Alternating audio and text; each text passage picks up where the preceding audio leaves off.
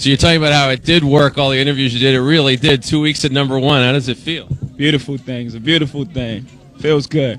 I mean, #1 in the whole country. That's a big accomplishment. Start this over. Go right ahead. How does it feel, Jayz? Feel like a guy in a locker room. Yeah. So how did it feel to be #1? It's a beautiful thing. Like #1 in the whole country. That's just a major accomplishment. Appreciate everybody that went out there and supported that joint. Now, I'm sure everybody was telling you your record was going to come in at #1, but still you don't know until you hear. Where were you when you heard for the first time your record was #1? Well, you know what I mean? I'm like co-owner of the company, so we was watching the sales all week. You know what I mean? We was calling all the outlets and checking the whole week, so it wasn't like a big shock, though. But when we got the final number, I think I was with my man Michael Kaiser from over at Def Jam, and we went out to the Bronx, and we celebrated cigars and champagne and all that. Yeah. On a huge week for hip-hop, too. That whole 1, 2, 3 thing, you were leading the way. That was amazing. Yeah, it was 1, 2, 3, 4, but the 3, the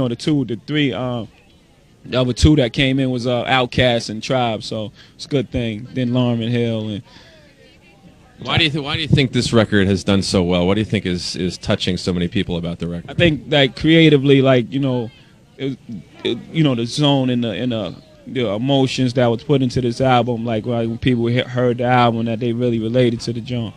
Everybody talking about the Annie sample. Has that been fun for you to hear all the response to that? Yeah. I mean, actually, when we got that sample, I never thought we'd be able to get that sample. I didn't think we'd be able to clear the sample. So when we cleared it, we was jumping around anyway. So we knew like it was gonna be a huge record. You know what I mean? Like, how do you clear? You just talked to a lot of young girls who are now 23 years old who sang on Broadway a long time. Yeah, we just sent. I think it was somewhere like London. We had to send the request to, and they just sent it right back, like right away. You know what I mean?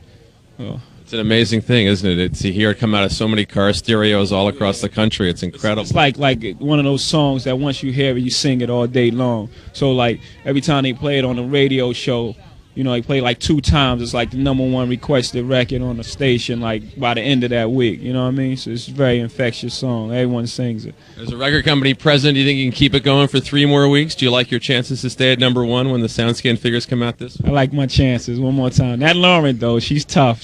She's tough. We'll see. Lauryn's totally all over your back, isn't she? You're really fighting it out there. Yeah, she's not going anywhere. She's been out for a minute too. Chill out. Let me get a little shine. Shine a little bit. 2 of you are just an example what a great year it's been for hip-hop from so many different cities, New York, New Orleans, Atlanta and stuff. Why do you think this year has seen so many different areas produce such great music? It's just like once you get over the fact that hip-hop isn't going anywhere, and it's a music and it's a rebellious voice from all the younger people and all the younger people from ghettos, and it's what people, it touches people, you know what I mean? It affects so many aspects of life, like, clothing and, just everything, you know what I mean? It's not just music, it's a culture, you know what I mean? So it's just a beautiful thing.